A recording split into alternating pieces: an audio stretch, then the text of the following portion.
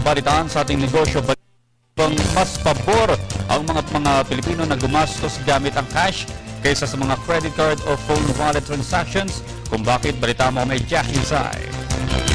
Karamihan sa ating mga kababayan ay napapabilang sa mahirap na antas ng pamumuhay na siyang pinagmulan ng katagang isang kahig, isang tuka o ang kakayahang makabili ng pangangailangan na base sa pagdating ng pera sa kanila at ang pagtitiis sa oras na hikahos at walang naitabing pera.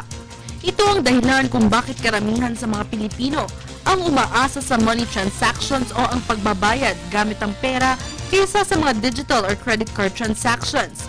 Ayon kay Bangko Sentral ng Pilipinas, Deputy Governor Nestor Espinilla Jr., napag-alaman sa isang pag-aaral na 78% ng lahat ng retail transactions o pamilihan sa bansa ay gumagamit ng money transactions o direktang pagbabayad gamit ang pera kaysa sa mga credit line payments.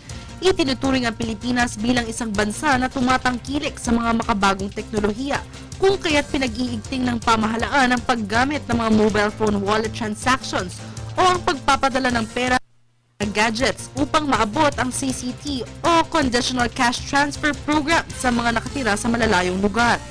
Ayon pa kay Espinilla, mas magastos ang paggamit ng pera sa lahat ng payment transactions dahil ang paggawa ng pera, pagbabantay, pagsisira at pagbabayad ng direkta sa binibilhan ay may katumbas na halaga.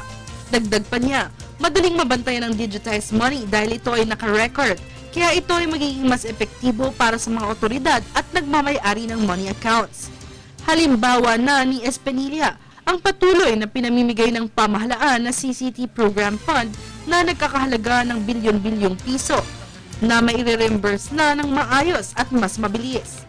Inaasahan naman na sa paglipas ng panahon, tataas na ang bilang ng mga tatangkilik sa digitized transactions upang mapabilis, mapamura at mabantayang mabuti ang mga transaction payments na ginagawa ng isang individual, mga grupo at ng pamahalaan.